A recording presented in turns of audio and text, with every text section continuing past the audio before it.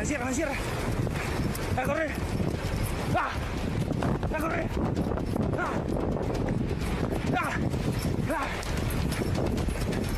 ¡Salimos, salimos!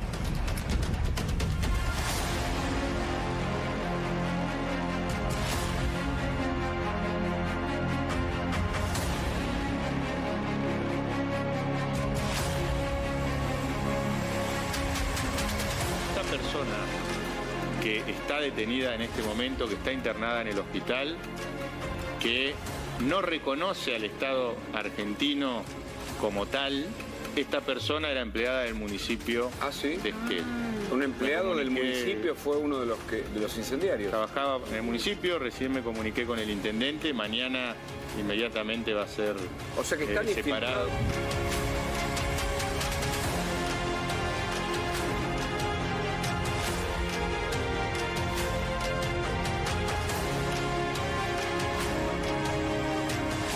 Reivindicamos los sabotajes de yo, particularmente como miembro de una organización político-militar. Reivindico los atentados incendiarios y los sabotajes a la infraestructura del sistema capitalista que le ponemos el pecho y estamos dispuestos a quemar pólvora, a largar plomo, a prender fuego, lo que destruye esos árboles, esos pajaritos, esas flores. Eso que atenta contra el viento, que atenta contra las montañas, contra la naturaleza, contra la tierra que nos heredaron nuestros antepasados y contra nuestra vida como pueblo mapuche.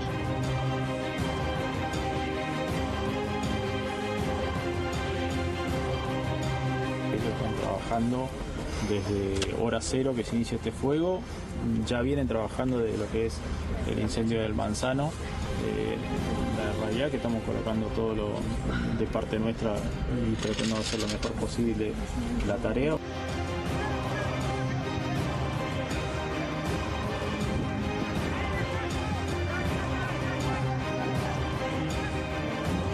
Pasando otro día crítico en este incendio aquí en Bolsón, tenemos ya la certeza que el incendio fue intencional.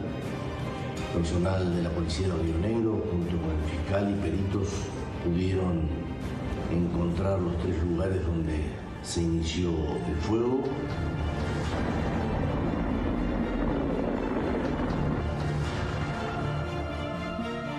Mirá. Acá encontramos dos futuros. Está todo muy armadito.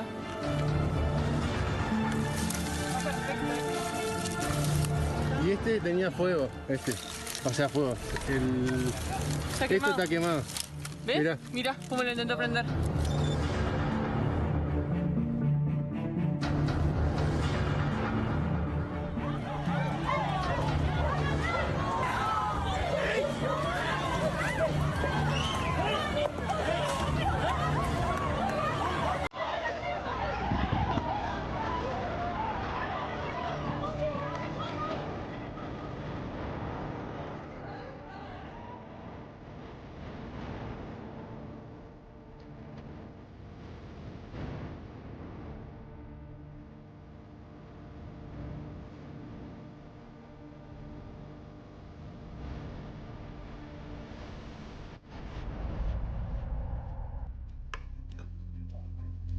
El Bolsón fue uno de esos últimos paraísos de los hippies argentinos que se mudaron allí y lo hicieron crecer y hoy por hoy es un lugar hackeado por incendios. Primero fue lo que pasó en Epuyén, en Chubut, y luego ahora en Bolsón. Son dos provincias diferentes, pero los gobernadores, tanto Nacho Torres como Alberto Beretilnec, coinciden en que los incendios son intencionales. Pero también hay que decir que hasta ahora la justicia, toda la gente que detuvo, porque la acusaba la policía, lo tuvieron que soltar. Hace, ¿cuánto? Escasas horas acaban de soltar a los últimos 6 detenidos. Algunos de ellos eran empleados municipales, eran incluso brigadistas que estaban trabajando en cortafuegos y los terminaron acusando a ellos de ser responsables de los incendios. La justicia no está avanzando en la autoría. Hay que decir que en este contexto que aparezca Facundo Jones Guala, que zafó de la justicia en Chile, que zafó de la justicia en Argentina, que está suelto, haciendo declaraciones como que reivindica los incendios, no colabora.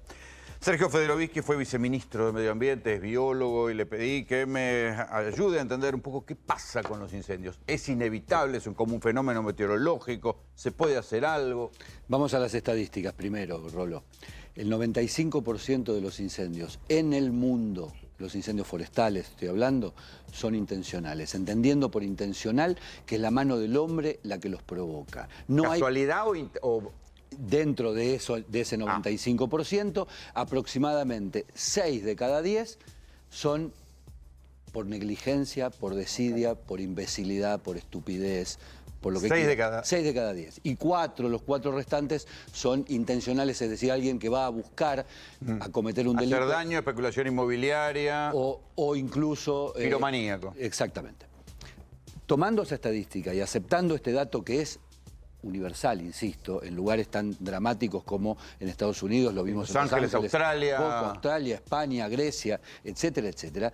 Lo que hay que pensar es si estamos frente a un hecho delictivo cuando se lo piensa desde el Estado o estamos frente a un hecho ambiental que tiene dentro de ese proceso un elemento que puede ser delictivo.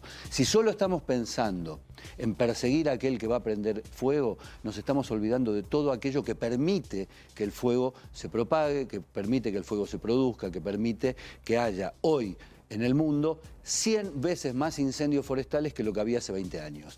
Y casi 1000 veces más incendios forestales que lo que había hace 50 años. ¿Qué es lo que pasó en el medio? ¿Tanto aumentaron? Es atroz la cantidad de incendios forestales que hoy hay en el mundo, simplemente mirando los diarios y mirando las webs. Sí, bueno, acabamos de ver lo que pasó en los Andes, se le quemaron la casa a los famosos. Antes de la pandemia, Australia ardió durante 90 días seguidos, sin solución de continuidad. Estamos hablando de Australia, no estamos hablando de un país pobre o que no tenga los medios como para enfrentar esto. Frente a una situación de estas características, el gobierno acaba de tomar una decisión en la dirección delictiva del asunto. Traspasó el Sistema Nacional de Manejo del Fuego al ámbito del Ministerio de Seguridad. Por lo tanto, es dable pensar que la estrategia, la aproximación, la táctica con la cual se va a enfrentar el problema va a ser simplemente buscar a quien prendió fuego. Claro. Y no pensar en un proceso que incluye la prevención, el alerta temprana. El gobierno desmanteló todos los sistemas de alerta que había instalados en los últimos años, no solamente en el último gobierno, ¿Ustedes no habían instalado unas cámaras de detección de alerta? Cámaras en altura para detectar un fueguito. Faros de conservación se los denominó. ¿Cómo? Faros de conservación se los denominó, eran grandes torres con cámaras que eran sensibles al humo y al calor y permitían... Sergio, perdón. Fueron desmanteladas. ¿Eso era muy caro? No, para nada, no es una inversión. ¿Cuál es el sentido de desmantelarlo?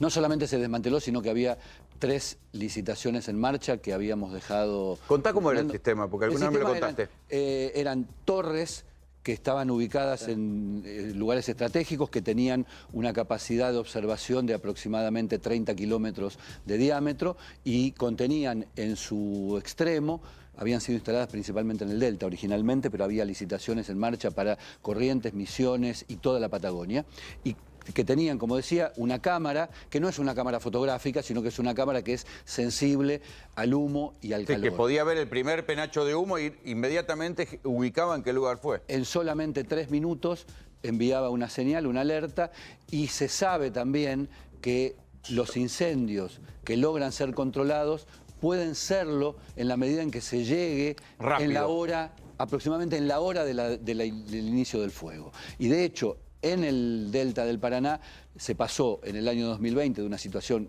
catastrófica, también, claro, absolutamente catastrófica. ¿Te acordás que tapaba Rosario de humo, horror, no se podía ni respirar? Al año 2022 y 2023, con una reducción de cerca de un 30% de los incendios, porque muchos eran controlados en el momento en que eran detectados inmediatamente por este tipo de cámaras. Por lo tanto, ¿qué pasó en esas cámaras? Se desmanteló el sistema, las licitaciones que estaban en marcha nunca fueron adjudicadas y el sistema de cámaras... ¿Eso que para ahorrar plata? La verdad es que no lo sé, pero sé fehacientemente, lo puedo decir porque he hablado con las empresas que proveían ese servicio y les han indicado que el servicio no sigue. Así de sencillo. O sea, hoy en la Argentina no hay un sistema de detección de alerta temprana. Por eso yo insisto, alerta temprana, prevención. ¿Qué es la prevención? se sabe que el fuego se prende, esto es una obviedad absoluta, en donde hay combustible. ¿Qué es el combustible? Las hojas, todo lo que queda como resultado del invierno, seco, etcétera, y que prende con una facilidad enorme. Bueno, hay que trabajar en el territorio para eliminar ese combustible o reducirlo al máximo posible. También se sabe que la mejor manera de combatir los incendios forestales es desde tierra, con brigadistas, con bomberos voluntarios, y sin embargo se sabe también que el gobierno decidió desmantelar casi en su totalidad el sistema de brigadistas del Servicio Nacional de Manejo del Fuego. ¿Cómo? Pero el Plan Nacional de Manejo del Fuego no tenía ahora, no se financiaba con una tasa que se cobra en la póliza de seguros. Sí, eso sigue vigente. O sea, ¿se la siguen cobrando? Sí, pero según la información que yo tengo y que Hernán puede corroborar fácilmente, imagino, ese dinero que iba a un fondo fiduciario en el Banco Vice con el destino excluyente de ser utilizado para el Sistema Nacional de Manejo del Fuego a través de la recaudación de una póliza del 3 por 1000 de cada una de las pólizas de seguro, entiendo yo que es hoy absorbido automáticamente por el Ministerio de Economía y destinado a otros usos. ¿Sabes qué? Es lo mismo que las rutas. Eso te iba a decir. Lo mismo.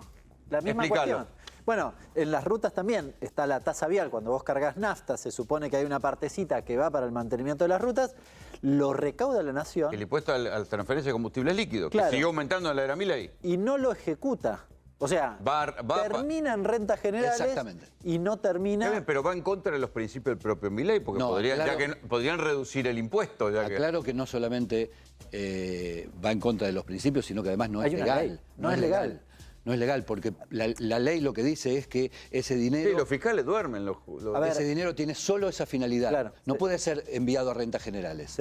Vos me querés decir que la plata que se paga, ese 3 por 1000 de las pólizas de seguro, destinada a la prevención y al Plan Nacional de Manejo del Fuego, va a rentas generales. Y es soltada con cuentagotas cuando es necesario, cuando hay una situación de emergencia, como acaba de ocurrir en el Bolsón. Es así, y no puede ir... lo que decía Sergio es así, no puede ir a rentas generales, porque hay una ley que dice que se llama afectación específica. Exacto. Lo que yo recaudo va como una especie de caja particular que solo se destina a eso. Sergio agregaba además, al inicio de este año, el Ministerio de Ambiente dejó cesantes, si no me equivoco, a 400 brigadistas. La Subsecretaría de Ambiente es hoy. Exacto, y 600 profesionales y administrativos, o sea, se cargaron a 1000 personas que bien podrían, al menos los 400 brigadistas podrían estar ahí. No, los brigadistas, por eso dije que una de las cosas centrales a la hora de combatir un incendio es tener personal en tierra, que es el que apaga el incendio. El incendio no se apaga con... ¿Y cuántos brigadistas echaron? 500, esa es la cifra. 500 brigadistas. Esa es la cifra oficial. Sergio... Bueno, hoy cuando escuché, decían que había... Creo que había 38 personas apagando los incendios en Colombia. Me pareció poco. Y que estaban llamando de otras ciudades, pero me parecía poco. Yo hoy hablé con una persona que está trabajando en el Bolsón, que pertenece a una de las empresas proveedoras de los sistemas de medios aéreos que combaten los incendios, y me decía que hay una correcta dotación de medios aéreos en este momento, evidentemente producto de la emergencia. Hay helicópteros, hay aviones, pero prácticamente no hay personal de tierra. ¿Qué haces en estas circunstancias? ¿Tratás de que el fuego no se propague? Digamos, una vez que ya tenés buena parte incendiada. Esta misma persona me dijo hoy que buena parte de los focos del Bolsón podrían haber sido controlados rápidamente si hubiese habido brigadistas que, trasladados inmediatamente y puestos en el lugar... O sea, de proximidad. Sí, y controlaran rápidamente la propagación. Una vez desatado un incendio de estas características y propagado, contenerlo es técnicamente imposible, y esto no lo digo desde la argentinidad, más allá de que tengamos o no los recursos. No es posible controlar un fuego desatado en Los Ángeles, en Galicia o en Portugal, y tampoco en la Argentina. Sergio, el Gobierno Nacional dice que el cambio climático no existe. Teniendo en cuenta la cantidad, el porcentaje, vos decías el 95% son intencionales. ¿Cuál es, digamos, el efecto del cambio climático en este asunto? Directo. Es absolutamente directo. La cantidad de incendios forestales, vos te alarmaste antes, Rolo, cuando yo dije que prácticamente son 1000 veces más los focos que se producen hoy que 50 años atrás.